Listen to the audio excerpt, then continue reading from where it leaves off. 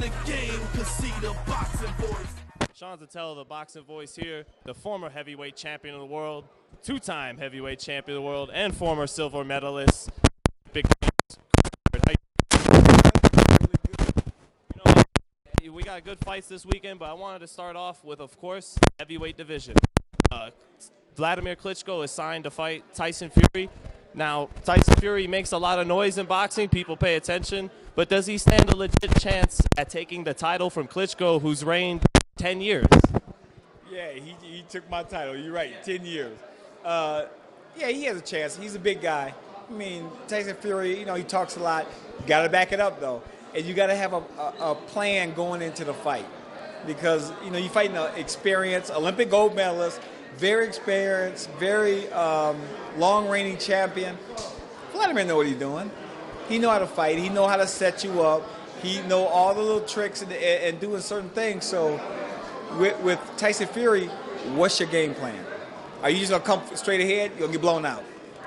If you're coming straight ahead for a tall guy, you better have a plan behind that. How you going to set him up? How you going your footwork, everything. Because you're going against an intelligent machine, which I call him. And he know what he's doing. And he loved being a champion. And he look at all the opponents now as opposed to early 2000s and in the 90s. He's like, they're all right. But I feel they can't beat me. Of course, it catch me slipping. I get hit with something, but very confident going in the ring. Probably looking at Tyson Fury, just another guy. I'm going to either knock out or dominate. You know, you talked about that, the late 90s, early 2000s level of competition. Does that detract at all from Wladimir's dominance as heavyweight champion? Or does he belong right there with the Joe Lewises, the Alis, and those kind of guys, Larry Holmes? Well, check their record. Title defenses, check his. You know how hard it is to be a reigning champion for 10 years and 17 title defenses to win on that level? I don't care who you put in front. Joe Louis didn't have the top names every title defense. Ali probably had the hardest run of guys on separate because he got beat, they come back, win title, and, you know, name guys, names.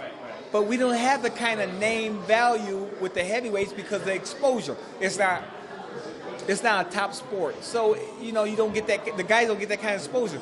But a lot of these guys are good. They can fight. They just can't beat Wladimir Klitschko.